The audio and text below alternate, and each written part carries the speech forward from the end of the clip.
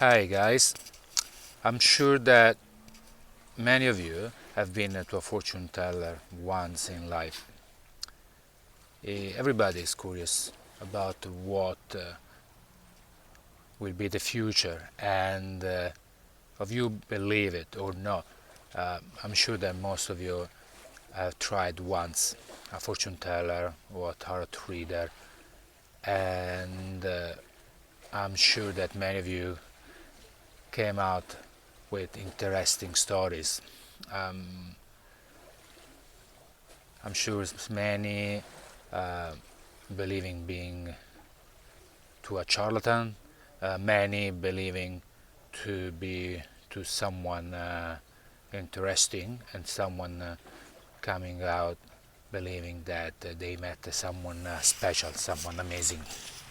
Uh, this is what happened to a friend years ago. She heard from other friends about a lady, Milton Keynes, that could predict the future. And even if she didn't believe it, and being really rational, she decided to go and just check it out and see what she had to say. When she met the lady, her name is Pauline, she told her that she would quit her job and she would leave the job with a certain amount of money. Uh, my friend, like, she laughed about it because she was at the peak of her career and she was making a lot of money, and she never thought she wouldn't to leave her job. Definitely not at that time.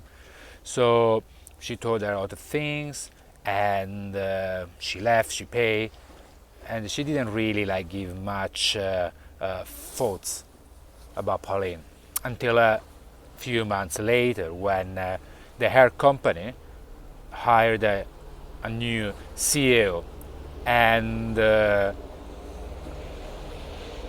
guy did not like my friend. Did not like my friend because her personality, um, and because like she was smarter than him. She would talk him back. She would disagree about what his plan or ideas during meetings, so that at some point the guy tried to get rid of her. He could not officially fire her, but he tried to transfer transfer her to work in Hong Kong, something that she could not do it because she bought the house at the time, she had the kids, and it's something that there was no way that she could do. So, at the end, it did actually succeed because she been offered to resign, and they would give her money.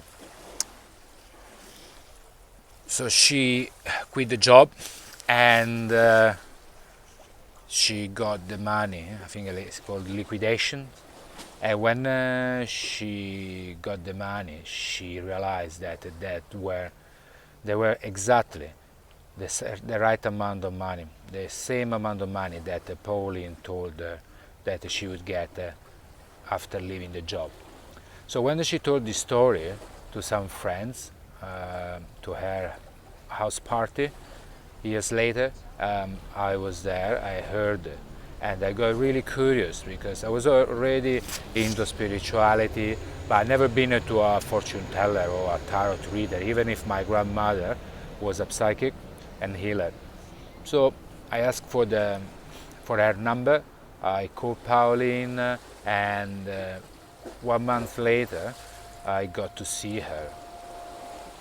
So that's the interesting part because, as many of you have been at least once to see a fortune teller or a tarot reader, and many left thinking to meet a charlatan.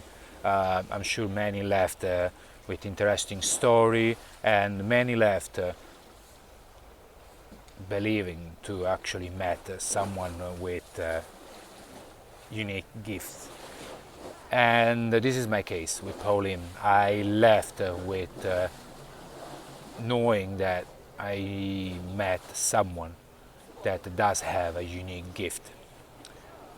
Not an amazing gift, but I would say definitely gifted. So I met Pauline, and all the things that she told me at the time became true, even if not exactly the way she told me, but in a way that there was no doubts that she is able to see something into the future. So I don't believe in written fate. I believe that what we feel in the present moment create the future. So whatever you feel right now is going to affect the future. So even if a fortune teller tells you that something is going to happen, and doesn't mean that it will happen if you change your attitude toward the present moment. So in my case, I don't know why the things she told me did not really happen exactly like she said, but they happened almost like she said, so that it gave me no doubts that she could see into the future. So I went to Milton Keynes, and I met this lady living in a council house, like a lovely lady in her 60s, nice, comfortable house surrounded by the natures, and we sat. And she looked at me, she asked me my name, my age, and then she started to do some mental calculations, and she started to talk for the next 1 hour. Well, she told me that was in September at the time. She told me that in November I would go in a new country. She told me that she could see that I lacked on vitamins.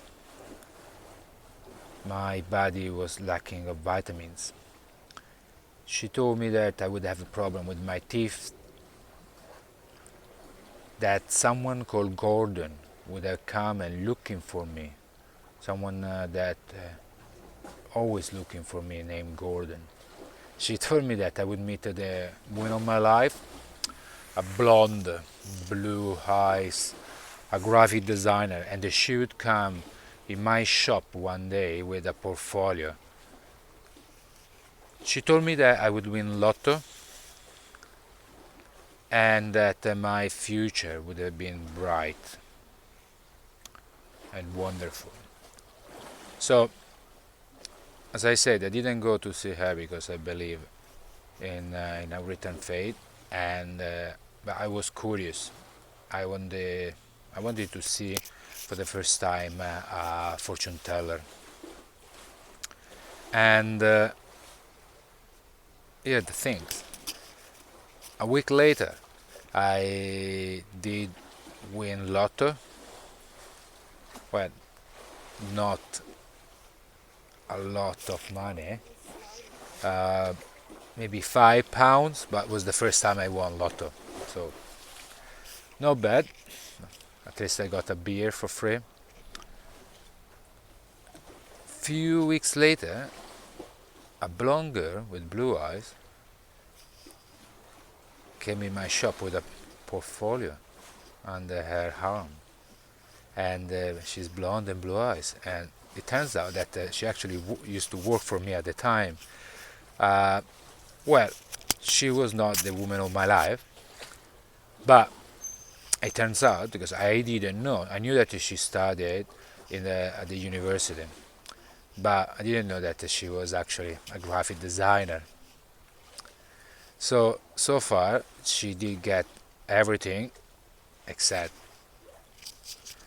some small detail, like she wasn't the woman of my life. I won lotto. I didn't become billionaire.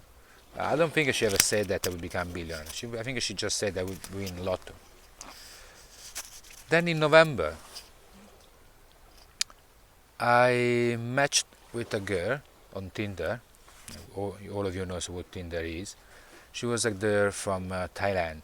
We started to chat, and she told me that actually she did not live in London. She lived in Edinburgh, in Scotland, and she was just visiting. So one day she invited me to go to see her up to Scotland, and I thought, why not? I mean, like, I never been to Scotland. Actually, it was the last place in I would ever go. At least, I mean, I would never. I always told my friends I would never go and live in Scotland.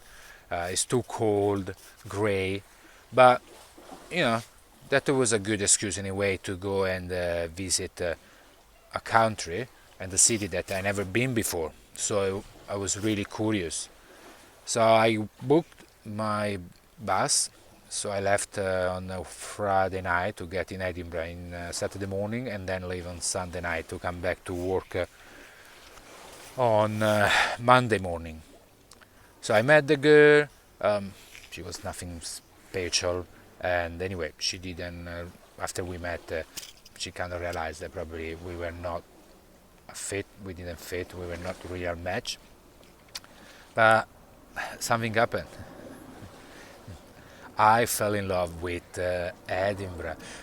There was something there, something amazing, and everything was like it was decided in some way, and even the synchronicity I experienced on the way, like my brother calling me, telling me if I would watch a rugby match of New Zealand against Scotland.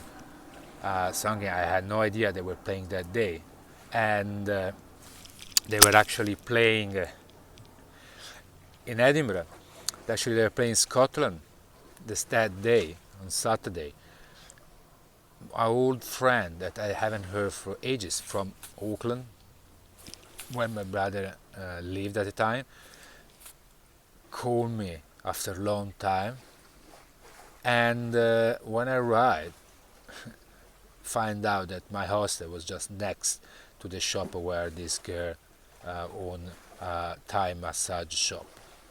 So already this was all sign that there was something special there, and something so special that 1 year later I actually moved to live in Edinburgh for the last 2 years. So when I went for the first time, only when I came back I realized that she was right. In November I would move to a new country, and technically Scotland is another country. It's part of what they call the United Kingdom, but it is another country. And she was right. I did end up living in another country, because not that November, but 1 year later. So some of the other her predictions was that I would have teeth problems. 1 year and a half later, I did have teeth problem. Not directly, but my mother had, and she needed money. She asked me to borrow £2,500 for the dentist, because she needed some money. I did have teeth problems, because the money, I paid them money that is a sort of like was my teeth problem.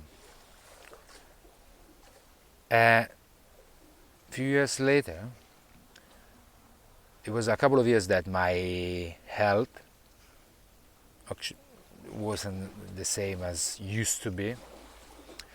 Always weak, tired, grumpy, until this is when I was in Scotland. I done some blood tests, and it turns out that I lacked in vitamin D. So, oh, I forgot one more thing about the Gordon. Gordon, that actually Gordon was the guy that was always looking for me. That Pauline said that it always looking for me, that it would have been important. So there was a customer, an old man that used to come every day at my cafe. Before, when I was in Shot Espresso, and then after when I moved to Pitch, always in Fulham, and he always looking for me. So I know his name is Robert, but I didn't know his surname. So one day I thought maybe it's him, but his name is Robert. So I thought maybe it's his surname, Gordon.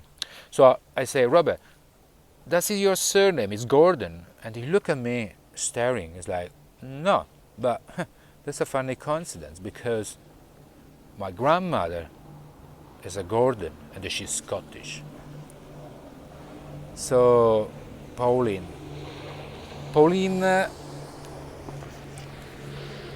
has gifts. She got unique gift, and she can see in the future. She can see into the future. In my case, she could see it not accurately, but as the story I told you, she could sense and see many things, not even if not in exactly in the same details. But as I said, I don't believe the future is written, and the future change as we change within and as we interact with the present moment. So there is a lot of theory interpretations. I might have changed the way I might have changed my attitude toward the present moment, and that's what maybe might have changed some experience, some predictions. So maybe my different attitude after meeting Pauline, or might have altered the future events. We will never know. I will never know. I mean, it's only theory, same as I said, about the present that affect the future, and you change your attitude, and the future change. You change the way you see things, and the things that you see will change accordingly. So I feel that what happened with Pauline was that she predict the future that was related to my, at the time, current emotional state and feeling and emotions, and as soon as they start to change day by day, it slowly start to change even